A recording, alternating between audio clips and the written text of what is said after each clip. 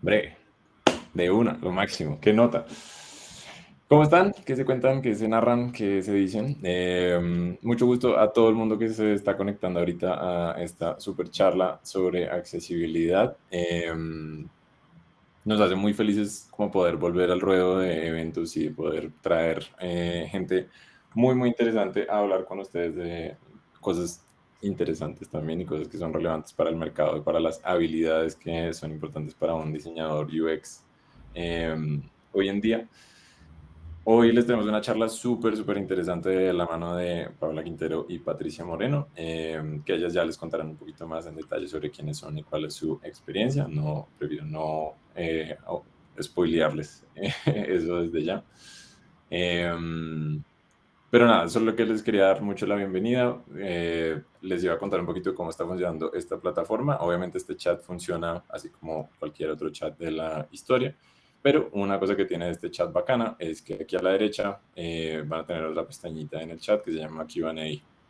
Entonces en el Q&A, si algún momento tienen alguna duda o algo por el estilo, la pueden escribir ahí y la mandan. Y la diferencia que tiene eso con el chat es que nosotros la podemos guardar hasta el final de la charla, que es cuando Pat y Pau van a estar respondiendo a las preguntas. Entonces, si tienen alguna duda que quieren que les respondamos y que sea súper, súper importante y que crean que les va a ayudar, pónganla más bien en la pestañita de Q&A y no en la del chat, porque puede que en el chat se entierre bajo muchos mensajes.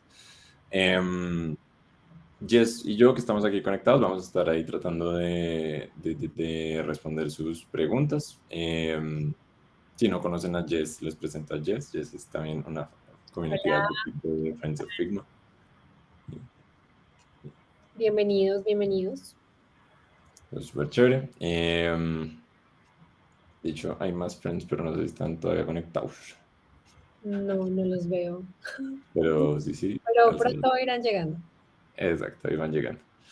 Em, Entonces, nada, por ahora esa es mi introducción a todo este tema. Siento que la van a pasar muy bien. Si tienen preguntas de nuevo en el Q&A, traten de mantener todo bastante respetuoso, pues porque es un espacio cool y lo hacemos con mucho cariño, entonces tratemos de que no nos pele el cobre. Entonces, sin más demora, los dejo con Patricia Moreno y Paola Quintero, que les van a contar cosas muy, muy interesantes. ¿Cómo están, Pao y Pats, que se cuentan? Todo súper. Gracias por la invitación. Ah, Sí, qué muchas chévere. gracias también a todas las personas que se conectan en horario laboral. Es Sí, un tema complicado. pero chévere esto como para terminar el día, ¿no? O sea, como no también, pues decir, como, oiga, no tengo una reunión a las 5 lo lamento.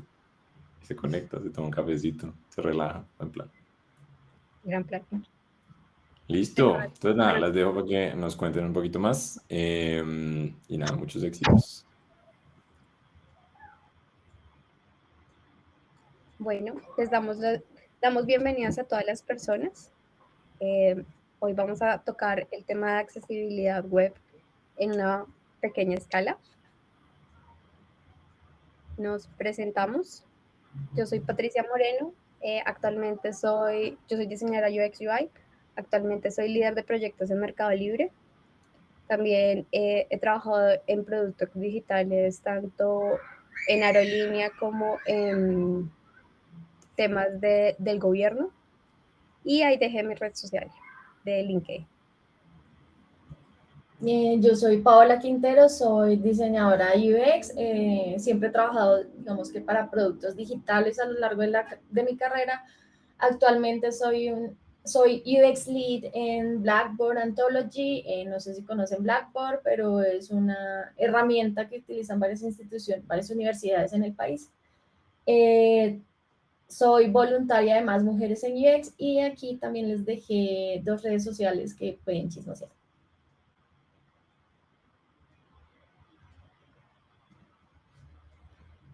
¿Listo? Pat.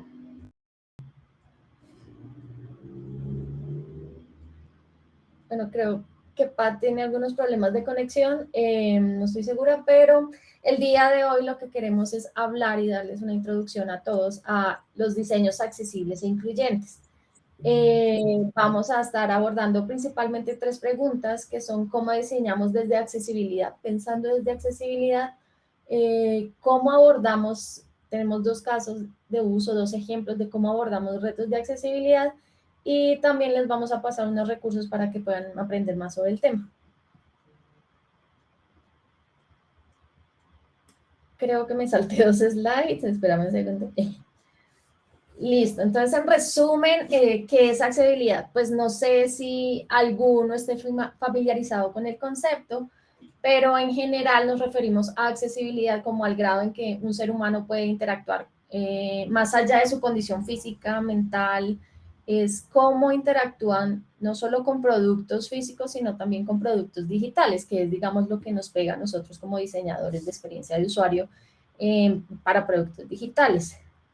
Y la accesibilidad web, pues significa, ya es precisamente cómo las personas acceden a la información de productos digitales que están en la web, cómo navegan, cómo los perciben y cómo interactúan y a la vez cómo pueden llegar a aportar a través de esas plataformas que les ofrecemos. Hay 3 conceptos básicos que siempre tenemos que tener en cuenta. Muchos ya estamos relacionados con estos 3 conceptos, pero igual siempre vale la pena volver a recortarlos. Entonces, que esa experiencia de usuario es prácticamente lo que siente o la satisfacción en general que tiene un usuario cuando usa un producto, ya sea un producto físico como el celular, el carro, cualquier cosa, o un producto digital como plataformas digitales o apps ya que tenemos en el celular. Usabilidades, entonces, ¿qué tan fácil yo interactúo con esos productos? ¿Qué tan fácil, qué tanto me toma aprender a usarlo y usarlo de manera eficiente? Y accesibilidad es qué tan fácil esta misma interacción que nosotros tenemos la puede tener una persona con un tipo de discapacidad.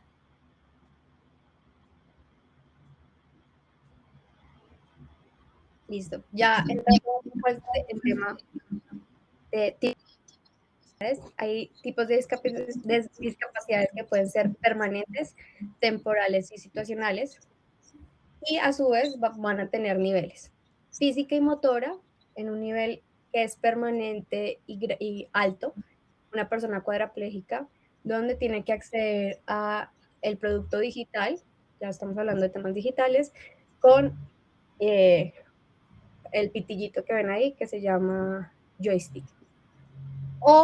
O situacionales, temporales, por ejemplo, el tema de que te rompes un brazo, ya no puedes utilizar el mouse, o enfermedades, por ejemplo, de temblores en las manos, que pueden ser también enfermedades permanentes, o pueden ser temporales, que es por un momento que está pasando el usuario.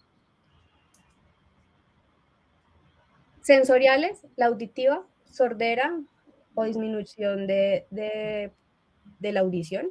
Y acá también pusimos a la Barbie porque es un tema que cada vez se vuelve mucho más, no es que sea más constante, sino que estamos siendo más coherentes o lo estamos percibiendo mucho más, como que hay personas que tienen estos problemas de disminución de la audición visual, ceguera, visión baja, daltonismo o un tema situacional, y es que mi computador me está cambiando los colores. Discapacidades del habla, puede ser problemas del habla, personas mudas o que no puedo acceder al micrófono del computador. Condiciones relacionadas con envejecimiento y situacionales, y ya hablamos bien de situacionales en cada una. También está el lenguaje y el idioma, condiciones del entorno, ruidos, luz, problemas técnicos, discapacidades cognitivas y neuronales, dislexia, discalculia, desorden de déficit de atención, discapacidades intelectuales, deterioro de la memoria, discapacidades de salud mental, trastornos convulsivos, entre otros. Y múltiple, que tiene la suma de discapacidades de 2 o más discapacidades. Esto lo traemos acá para ver que las discapacidades no son ajenas. Las discapacidades, cuando hablamos de discapacidades, es mucho más común de lo que pareciera, y precisamente por eso tiene la importancia que tiene en crear productos accesibles.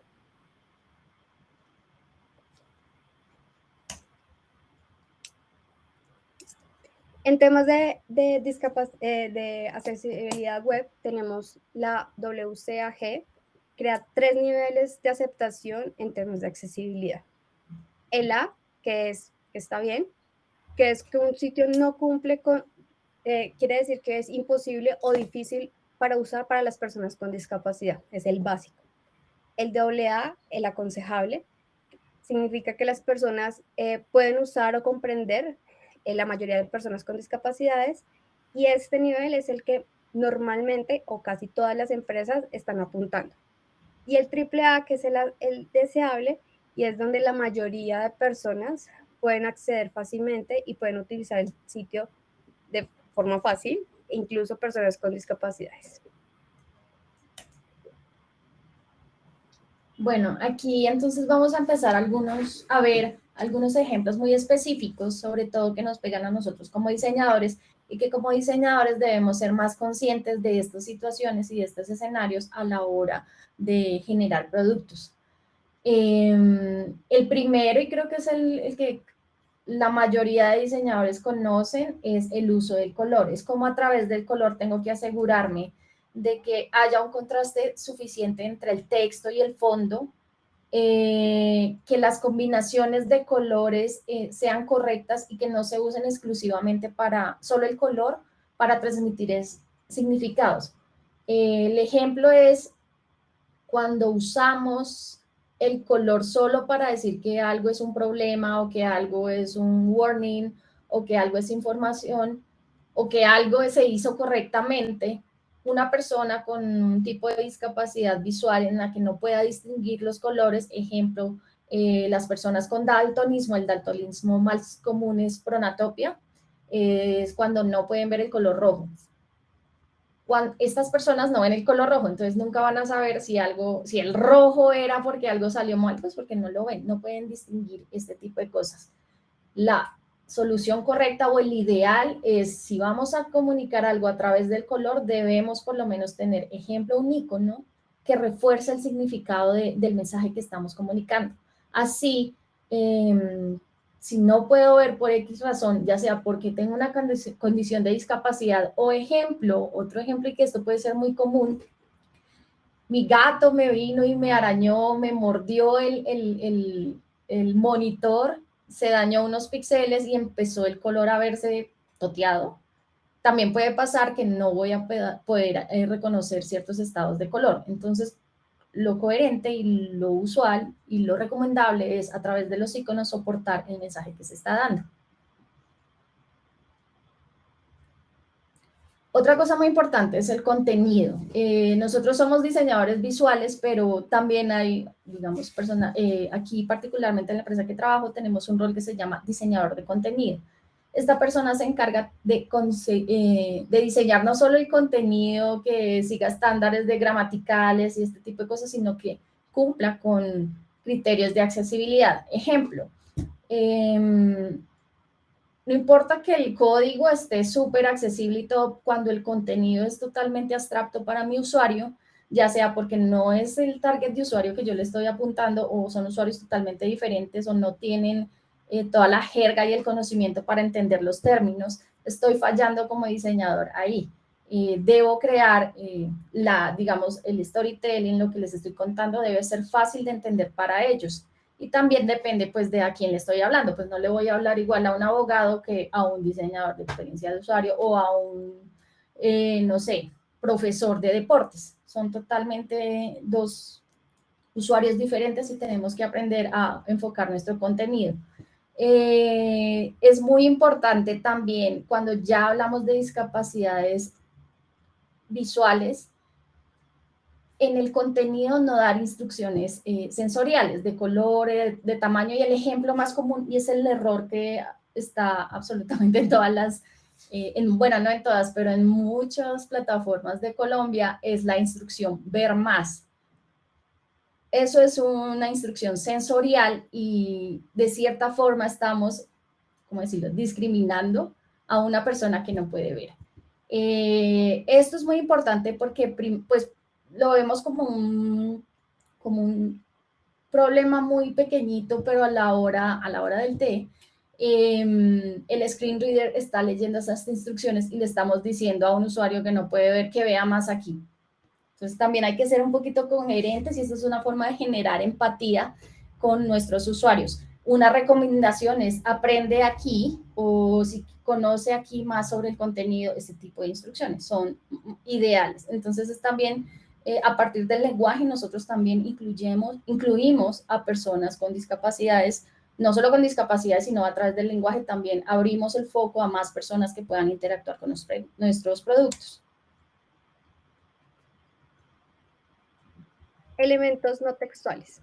Entonces, uno de los, así como Pau comentó, uno de los elementos más importantes para tener accesibilidad son los lectores de pantalla. Los lectores de pantalla van a leer los contenidos textuales, texto como tal. Y hay elementos no textuales como iconos, videos e imágenes que no son textuales y tenemos que darle una alternativa textual para que estos lectores de pantalla lo lean. Entonces, también visualmente, el uso de los iconos debe ser simple, lo más simple posible. Primero por la reducción, cuando hacemos reducción de iconos, se pierde el detalle, se vuelven elementos muy complejos de identificar. Para las personas con discapacidades cognitivas se les puede volver una carga cognitiva demasiado fuerte, entonces debemos evitar iconos que tengan mucha carga cognitiva, que sean simples, para poder ayudar.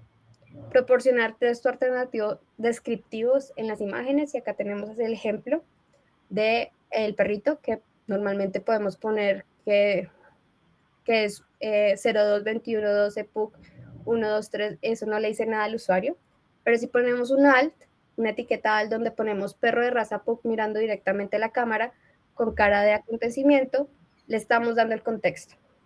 Y es cómo describimos las imágenes, pero aquí llega otro punto y es que debemos definir qué elementos son decorativos y cuáles influyen en la comprensión de la navegación. No todo tiene que tener texto alternativo. Tiene que tener texto alternativo lo que hace parte, lo que está dando información y que sea relevante para el usuario. Un ejemplo que pongo es, muchos sitios ya no se ven tanto, pero en un pasado teníamos el icono de una casita y al lado decía home. Si nosotros le ponemos a ese icono, va a decir imagen home y después te va a volver a leer home. Esa clase de cosas pueden volverse más complejas para el usuario de navegarlo. El usuario no está viendo porque le estamos repitiendo 2 veces. En ese caso, ese icono es un icono decorativo que podríamos dejar en al vacío para que el home, el texto home, lo lea y sea más comprensible. Entonces hay que hacer la distinción de qué es decorativo y qué sí es importante que el lector de pantalla le lea al usuario. Y proporcionar subtítulos descriptivos para los contenidos audiovisuales.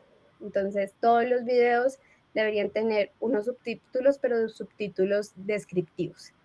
Y algo que aparte devuélvete un segundo, esos videos que han visto, que ponen una musiquita, que tienen una información súper valiosa, pero ponen solo una música.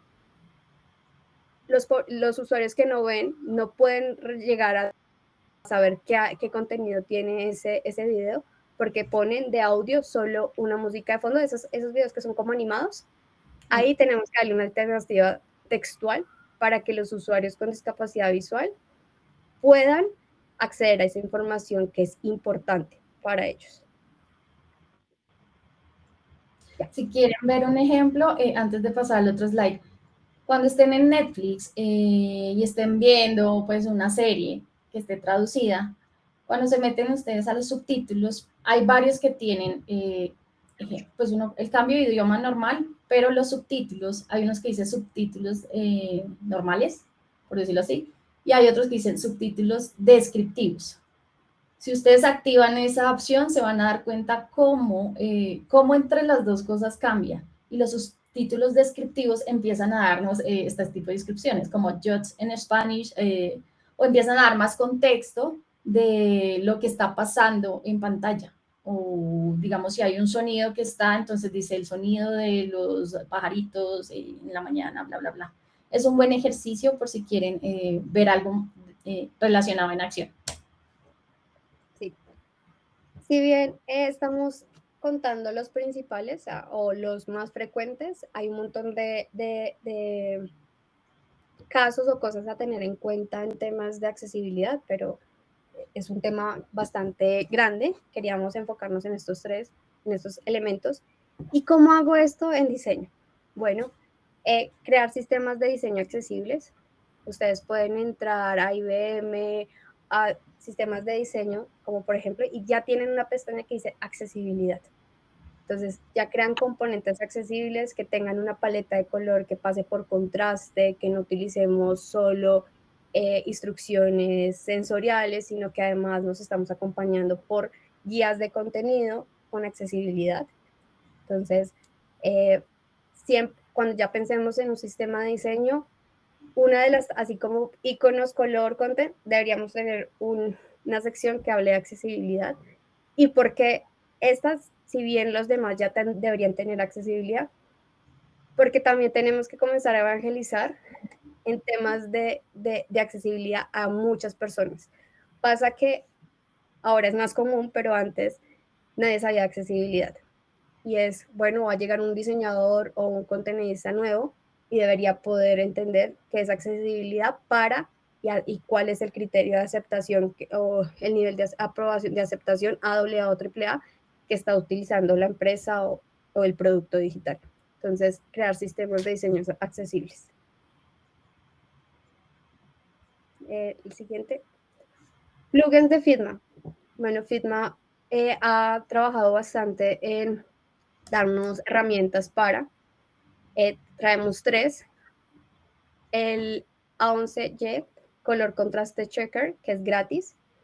El Start, gratis color y simulador, que también es gratis. También tiene, cuando uno hace pago, también desbloquea un montón de herramientas para ayudarnos a crear componentes accesibles. Y el Test Resizer, que nos permite emular cómo al crecer el texto se ve nuestro prototipo, porque también es una persona que no es, o sea, una discapacidad no tan alta visual. Por ejemplo, no, las personas que tenemos gafas, que nos quitamos las gafas y puede ser que ese texto no lo veamos.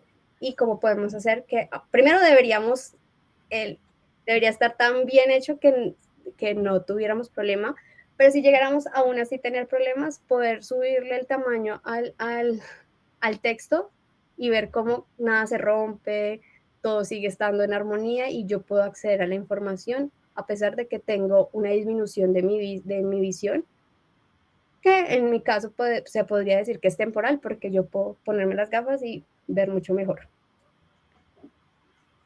Y por último, test en producción. Va a pasar que puede ser que ya tengan ustedes algo que ya está en producción y necesitan primero hacer como revisar cómo está. Traemos 2, Wave, que es la primera, donde te va a decir, por ejemplo, que en este ejemplo tiene 4 errores, 38 errores de contraste, 32 alertas, estructura, y A11 Color Blindness Text, que habla que podemos hacer la simulación de protanopia, daltonismo, cambiarles colores, los contrastes, escala de grises, y eso nos va a permitir saber cómo está. Bueno, también traíamos para contarles 2 retos. El reto que les vine a contar fue el reto de diseño de la página web de Avianca. Como muchos sabemos y vemos acá, Avianca tiene como color principal el rojo. Y el daltonismo, el mayor es rojo. Acá solo vamos a hablar, el reto de rediseñar la página web es gigante y en temas de accesibilidad es gigante. Hoy nos vamos a enfocar en el reto de color que tuvo Avianca. Para darles un poco de contexto, en el 2015 Avianca se tomó la tarea de trabajar en accesibilidad. Esto porque la DOT, al ser una aerolínea que viaja desde y hacia los Estados Unidos, la DOT nos exigía tener criterios AA. En el 2016 se trabajó en el flujo de compra, aclarando el flujo de compra que estaba en el 2016 no es el que está ahora, era con muchísimos pasos más, un poco más rústico, lo puedo decir. Y si bien en el 2016 comenzamos con el tema de transformación digital, en el 2017 llega el boom de transformación digital acelerándolo. ¿Esto que llevó? Que llegaran equipos externos, proveedores, que fue en este caso Accenture y Fjord, a ayudarnos a acelerar este proceso y a rediseñar la página web, entre otros cosas.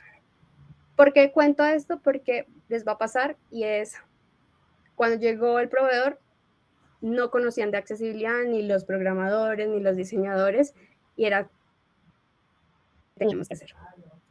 Yo no sé si ustedes cómo era la página, el home de Avianca antes del 2018, pero bueno, les voy a mostrar. Es este. Ya le di clic, pero no. Otra vez. Es que es para generar más misterio. Era este. En el 2000, antes de salir con la nueva página era este. Incluso este que ustedes están viendo acá, pero tenía un montón de oportunidades en temas de usabilidad, accesibilidad también. O sea, a lo cual, después de un estudio que hizo el proveedor, se generaron 4 como ejes para el rediseño. Queríamos que la web fuera proactiva, informativa, flexible y emotiva. Entonces, comenzamos a trabajar con el equipo de Accenture y llegamos a una paleta de color inicial, que es la siguiente. Esta. Donde decimos que los colores primarios, como sabemos, Avianca rojo, entonces que los colores de marca era un rojo más oscuro, la tipografía de ABC, interfaces de color, todo súper bien, comenzamos a hacer aplicaciones hasta que llegó la pregunta. ¿Alguien quiere pensar en accesibilidad? Bueno, acá, por ejemplo, acá hicimos el uso de la paleta, comenzamos a usar transparencias, los iconos, por ejemplo, en este caso, la diferencia entre un over y no era un color que posiblemente no pasaba, algunos botones. Bueno. Y aquí llegó la pregunta, ahora sí, ¿alguien quiere pensar en accesibilidad? Cuando nos hicimos esta pregunta, pues no pensamos en accesibilidad, por lo cual la paleta anterior no funcionaba porque ningún color o la mayoría de colores no pasaban por contraste mínimo de color. Entonces aquí llegamos a otra instancia y es, bueno, pensemos otra vez la paleta de color y llegamos a destaques también, donde pasaban por temas de accesibilidad, ya pasaban por sobre todo AA. Habían unos que pasaban por AAA y eso es súper ganador, pero mínimo tenía que pasar por AA. Entonces ahí comenzamos dijimos, bueno, buenísimo, lo logramos. Y incluso en la siguiente vemos como el equipo de diseño, muy juicioso, después de haber visto que no hicimos nada de accesibilidad, hizo todo el tema de si pasa o no pasa. Y bueno, acá vemos que pasan los colores, entonces dijimos súper bien. Después llega el equipo de marca, si hay alguien de marca de Avianca, los queremos en esta hecha. Pero dicen, ay no, pero es que vemos, no puedo mostrar muchos no traje propuestas porque no puedo, pero teníamos ciertas cosas y dijeron, no, necesitamos que llamar rojo. Además, el rojo que ustedes están usando no es el rojo de marca, es este. Entonces nosotros muy, bueno, veamos, y veíamos que no pasaba por accesibilidad. Entonces dijimos, no, Dios, ¿qué vamos a hacer? Volvimos al inicio. Bueno, ¿qué fue lo que hicimos? Comparar los colores propuestos, que son los de la mano de los del lado derecho, con los de marca, que son los del lado izquierdo. Llevar racionales al frente sobre la importancia del contraste mínimo. Y era, quizás acá no se nota, pero el de Brand era más brillante y por eso no permitía. Y el que propusimos era menos brillante, pero mínimo y nos permitía tener accesibilidad. Y llevar a las mesas de trabajo, llegar a un acuerdo. Ahí nos sentamos con el equipo, con la gerente de marca, con la agencia que hacía todo el tema de manual de marca. Y dijimos, bueno, mira, pros y contras de no irnos por accesibilidad o ir por brand. Y bueno, afortunadamente llegamos a un acuerdo y actualizamos el manual de marca.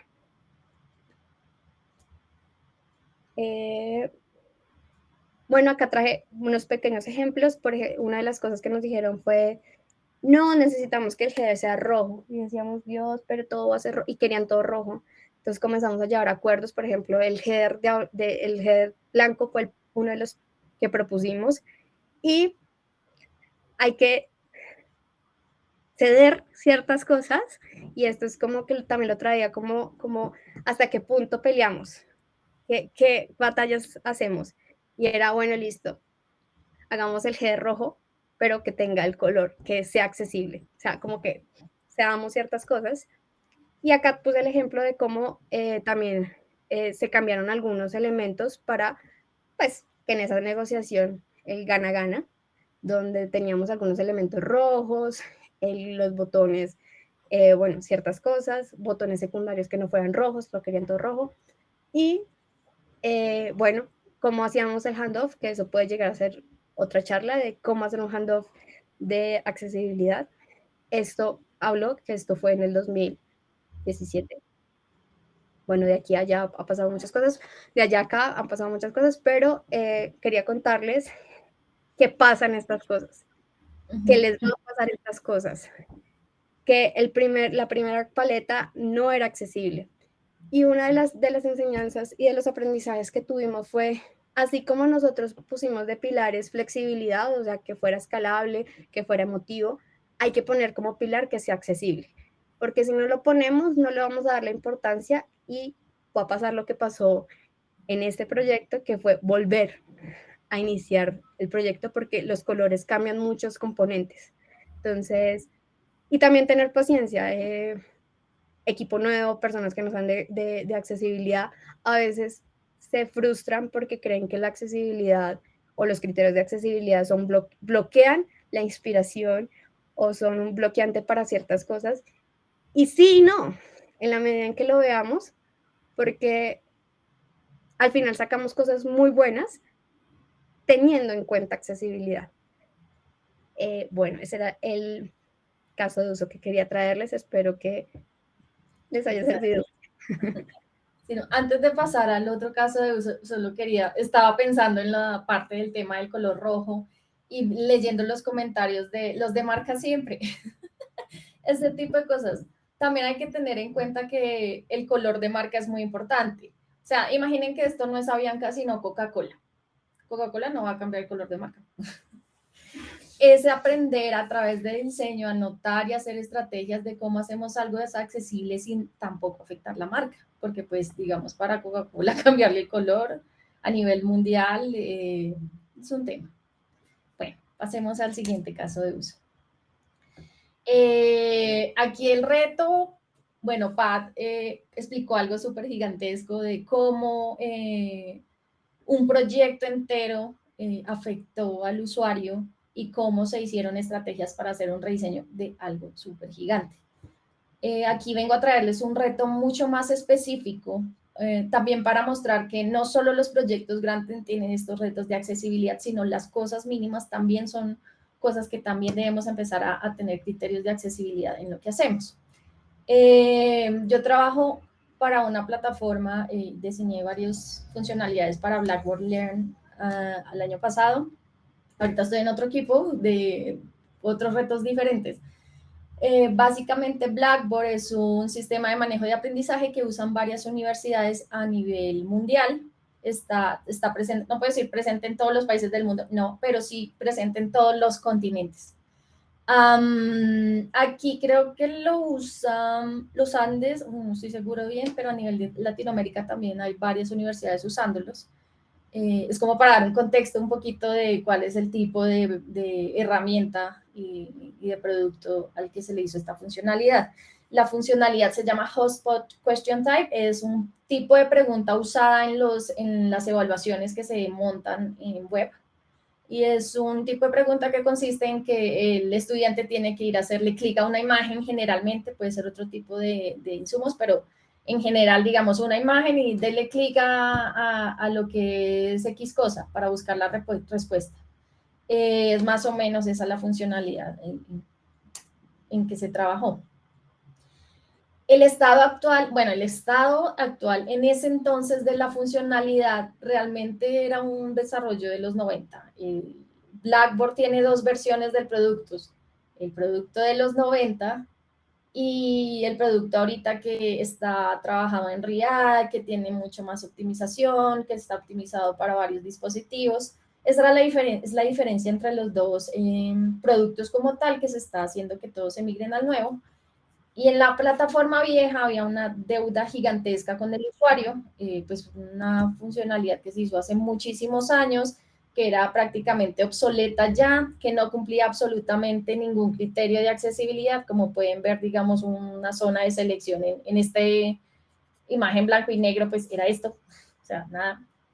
Era difícil de usar para cualquier usuario, si sea un usuario usando o que hubiera usado por años Blackboard, era difícil de entender y realmente no ofrecía todas las opciones que necesitaba el usuario, simplemente hacer una selección rectángulo, cuadrado y ya.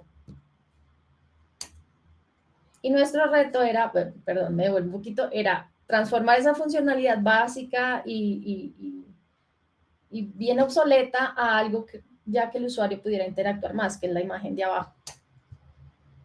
¿Qué se hizo primero? Primero, aparte de analizar el estado actual de la funcionalidad, de verdad esto no funciona ni a nivel visual ni a nivel técnico, hacer un análisis competitivo, un benchmark. No solo se hizo un análisis a nivel competitivo de qué está haciendo qué ofrece nuestro competidor, sino qué otras herramientas, ejemplo Illustrator, este screenshot, no me acuerdo de dónde es, pero creo que es un programa de Adobe, olvidé el nombre, pero digamos, ¿qué otro tipo de herramientas pueden llegar a ofrecer las mismas opciones y funcionalidades? ¿Y en qué escenarios lo van a usar? ¿En qué escenarios, digamos, el profesor de medicina haciendo el test para que los usuarios señalen cuál era el fémur? O en el profesor de historia diciendo, señáleme aquí quién es fulanito de tal, ese tipo de cosas. Es no solo mapear la herramienta y las necesidades técnicas, sino el escenario en que se va a usar. Esto nos da contexto para saber a quién le vamos a diseñar y cuál es la lista de criterios de aceptación que debemos tener. También, aparte de esos escenarios, a partir de los escenarios uno empieza a hacer la lista, entonces, ¿qué necesita mi usuario? ¿Qué necesita, de ejemplo, mi profesor? Necesita herramientas de selección.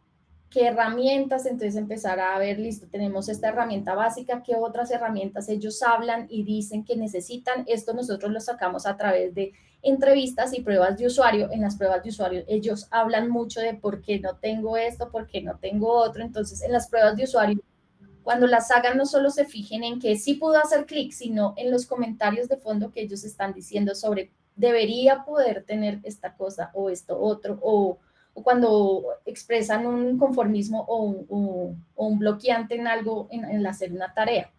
Entonces, todo esto, esta lista de cosas que teníamos que hacer, la sacamos de pruebas de usuario. Definimos entonces que teníamos que tener ciertas herramientas de selección.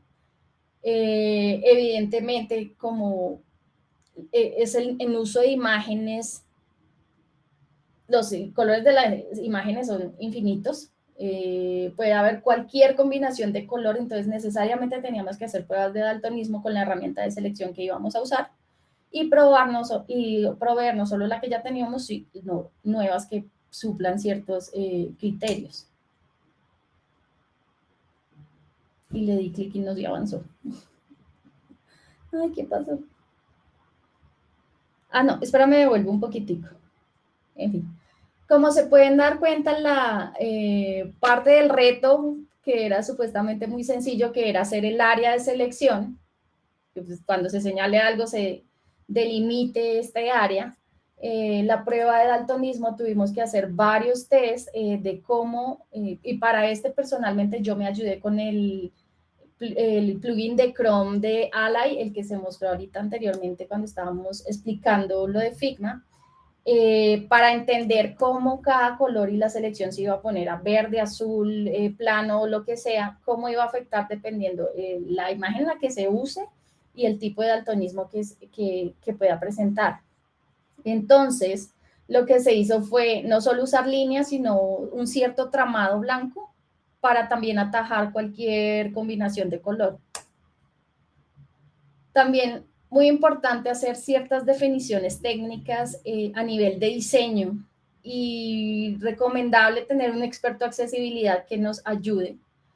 Porque, ejemplo, los comandos que se definen, digamos, cuando uno trabaja en Illustrator, uno tiene resto de comandos para copiar, pegar, duplicar, todas las herramientas. Pero cuando se trata de los screen readers, muchos de esos comandos y los screen readers los usan para sus propias tareas. Entonces, ¿qué se debe hacer? Hablar con el experto en accesibilidad para que estos comandos no entren en conflicto con el screen reader. Si no, ya no va a funcionar. Si entra, va o darle prioridad al screen reader o interferir con el screen reader y el usuario no va a poder saber qué está haciendo. Y cumplir con los criterios de ya técnicos de accesibilidad, de que todo se pueda manejar con teclado, de comandos de voz, de que si hagan zoom también la herramienta, si hagan zoom in, zoom out, también la herramienta sea funcional. Y al final, este fue el diseño final que se hizo, el que pueden ver en la parte derecha, es como agregamos nuevas funcionalidades, controles de que puedan borrar todo, solo los hotspots o borrar absolutamente toda la imagen. Esto también es un criterio de accesibilidad, de darle control al usuario en lo que está haciendo. Y la zona, el área de selección, de que no solo tuviera la línea, sino indicadores numéricos para saber en qué va. Aquí en la presentación están los casos de uso, pues por si quieren chismosear también, no solo el diseño y todo el proceso, sino la implementación, que si le echan ojitos se pueden dar cuenta que la implementación también en el proceso, por cosas ya técnicas, hubo ciertos cambios. Y ese fue el caso de uso. Ya estamos a punto de terminar, así que con unas pequeñas conclusiones, no olviden que más allá de cumplir simplemente con un listado de accesibilidad y check, esto es una práctica y una mentalidad que todos debemos empezar a tener en nuestro día a día como diseñadores.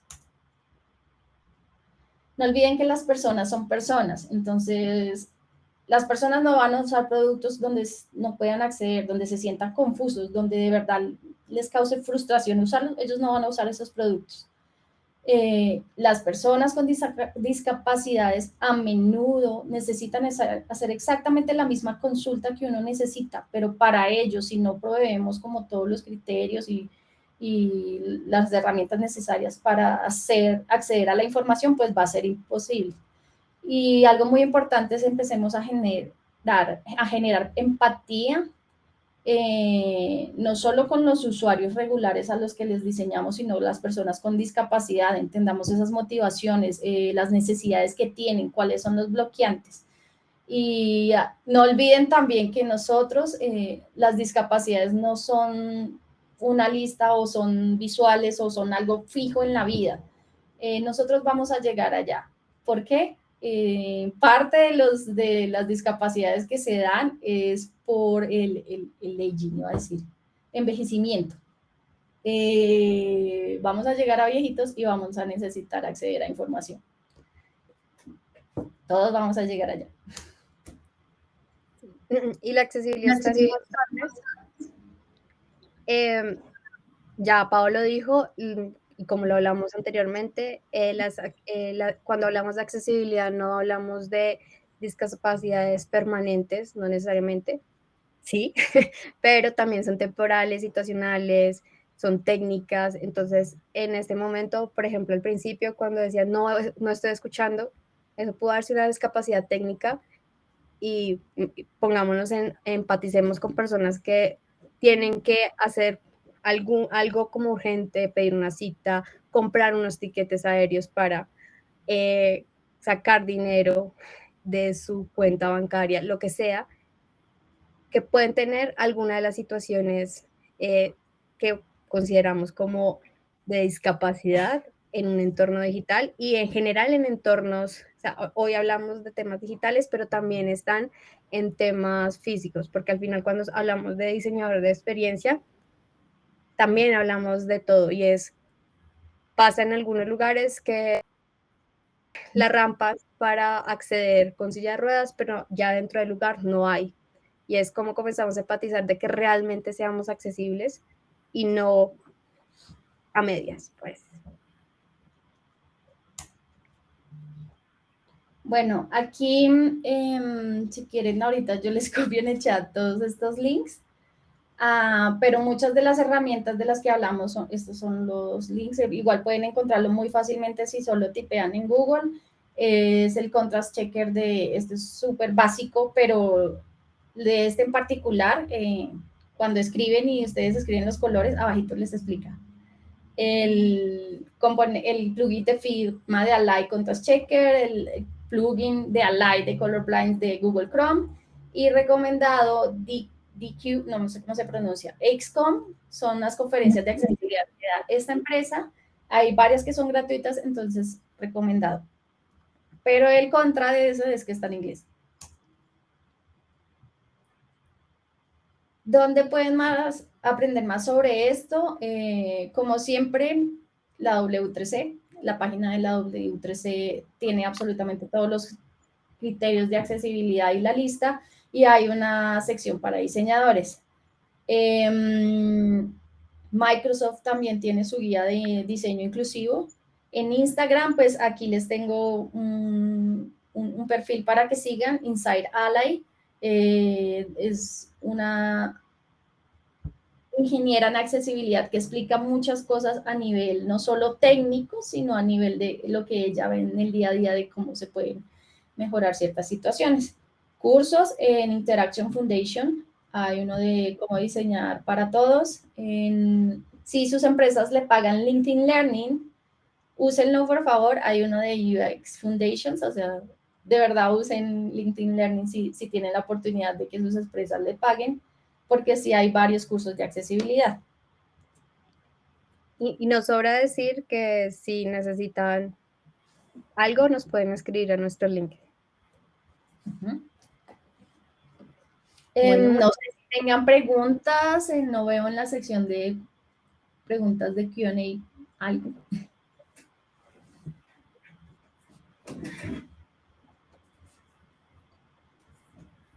Bueno, súper, súper, súper, súper. Muchísimas gracias, Pau y Pat. Qué nota, qué gran contenido, sin duda.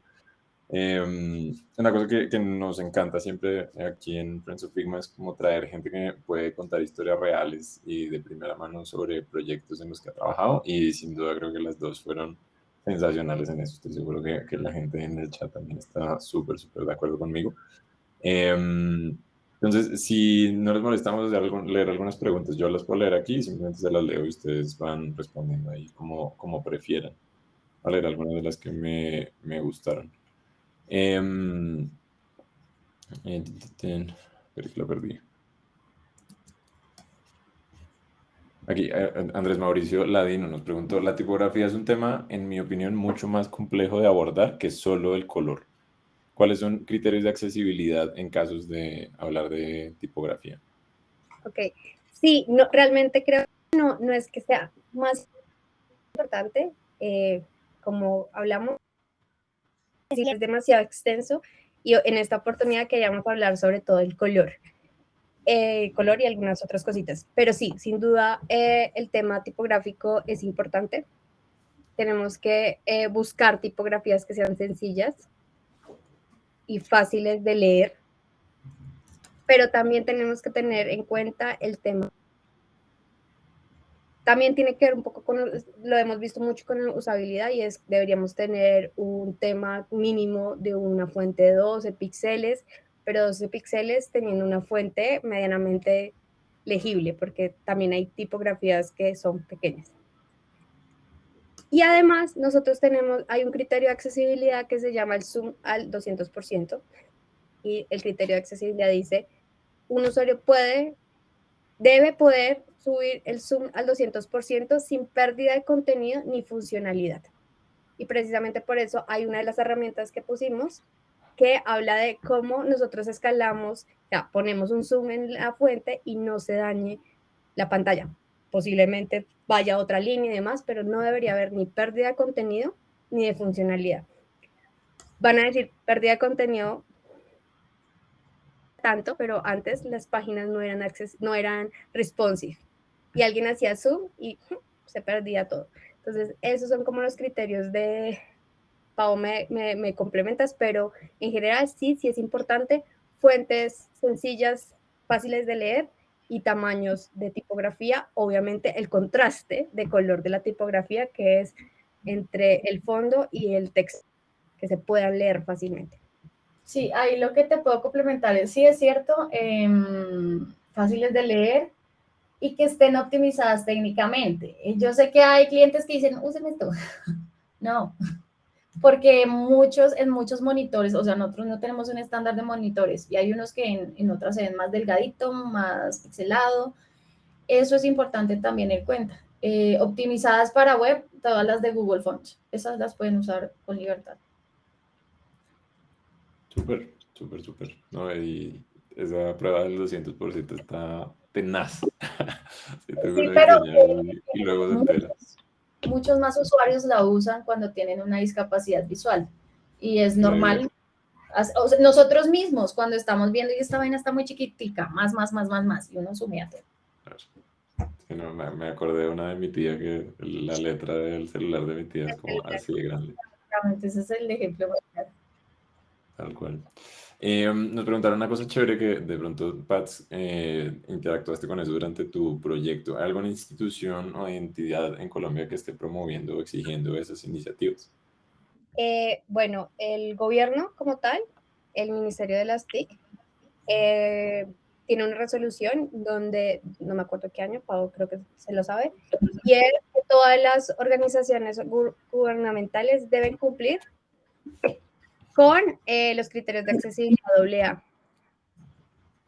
Pero en Colombia todavía no es fuerte, así como que estén, por ejemplo, la DOT en Avianca nos cobraba una multa por cada error, por cada día que no lo haya solucionado. Entonces, alguien reportaba un error de accesibilidad y teníamos que solucionarlo ese día, sino ya nos ganamos la multa, pero cada día que pasaba nos ganábamos más multas y más multas. No hay, que sepa, al día de hoy no hay como algo en Colombia, pero sí hay empresas que cada vez están impulsando más el tema de accesibilidad, pero sí hay como leyes, como ya el decreto de accesibilidad en Colombia. Lo pueden conseguir. Sí, en Colombia apenas estamos empezando y desafortunadamente eso no se va a impulsar hasta que no se les toque el bolsillo a las empresas. El ejemplo que daba Paz de que les cobraban multa. En países como en Estados Unidos y en varios países de la Unión Europea, ellos se rigen por el Accessibility Act y es eso. Si no cumplen, les vamos a poner una multa. Y por eso las empresas son allá, impulsan más que haya diseñadores enfocados en accesibilidad. Aquí pues todavía esto está muy laxo. Ok, ok. Pero bueno, entonces también toca caminar en esa dirección, creo yo. Entonces, hasta que no se lo exijan, la gente no va a cambiar, no creo. Pero como somos user friendly, lo vamos a hacer. Vamos para allá. Oh, Sí, por lo menos hoy salen 56, 60 personas con un cambio de perspectiva sobre este tema muy chévere. Es la idea. Y en esa misma línea voy a resumir algunas de las preguntas que se repiten bastantes. Tiene que ver un poco como con la metodología a la hora de trabajar de accesibilidad. Digamos que sé que en el caso que nos contó Pat fue un poquito como de diseñemos y luego fue como, la accesibilidad. Mientras que el de Pablo fue un poquito más de empecemos desde cero a pensarlo así. En términos de metodología, ¿qué le recomendarían a la gente que nos está viendo ahorita de cómo implementar esto en su día a día? ¿Quieres Bueno, si quieres comienzo. Primero, entender que no conocemos, o sea, si no conocemos los criterios de accesibilidad, no darnos palo, leámoslos, probemos. Lo otro es poner en acuerdo qué tan importante es la accesibilidad para nuestro proyecto, porque eso va a definir qué tan lapsus somos en ciertos criterios y en tal los otros. Sí es importante comenzar desde cero en colores, formas y tener claro que un botón es un botón y un enlace es un enlace, o sea, como que no transformemos cosas porque visualmente se ven más armoniosas.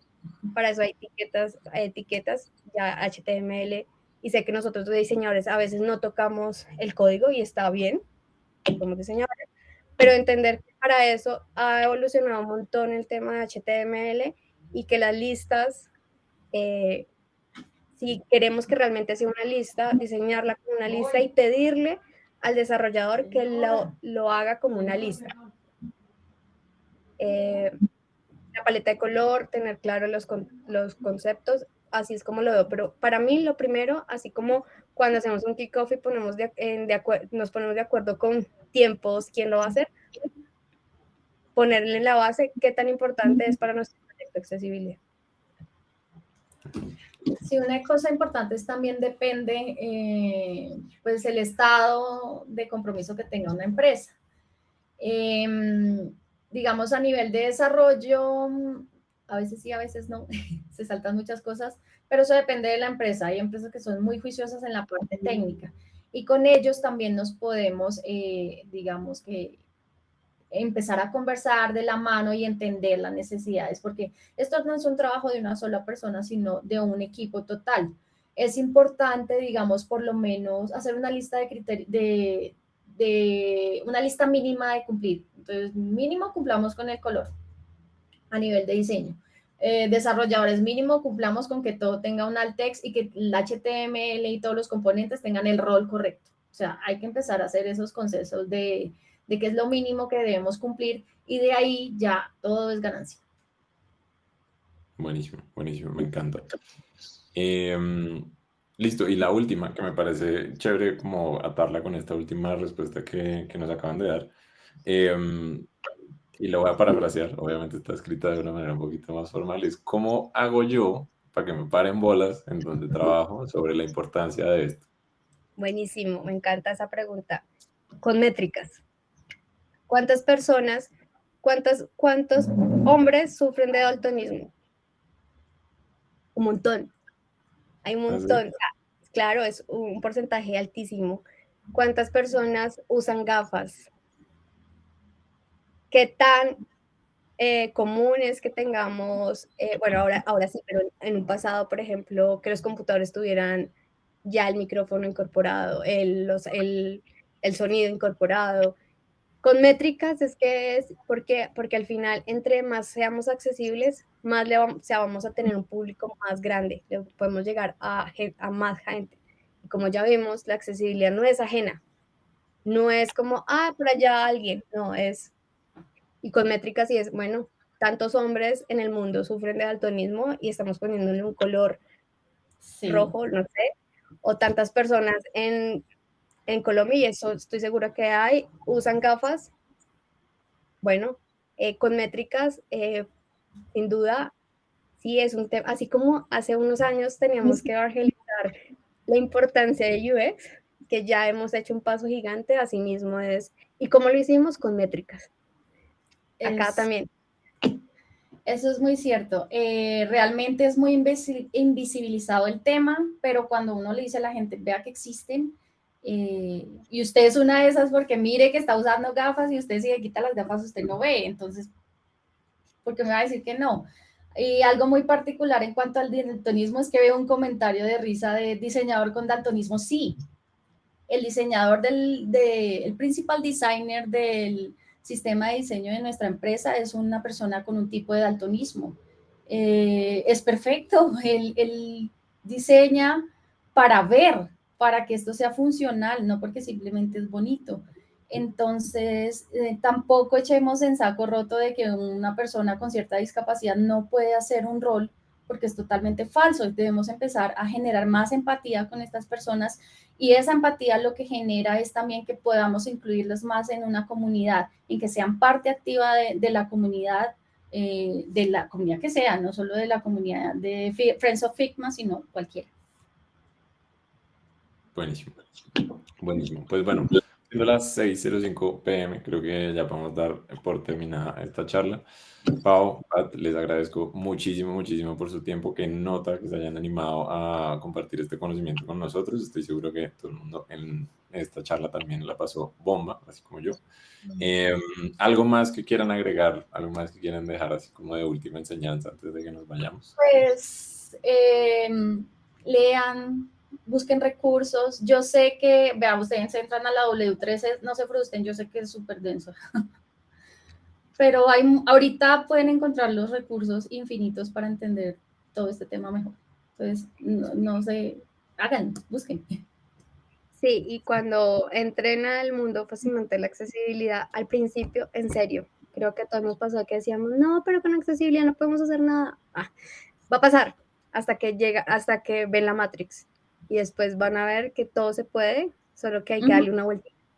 Todo es posible, pero les va a pasar. Cuando les pasen, continúen y verán que sí se puede, porque al principio uno dice, uy, no, pero no, que toca el color, no, que la forma, que no sé qué, sí, pero denle la vueltita y verá que se logra. Entonces, no nos quedemos en no se puede.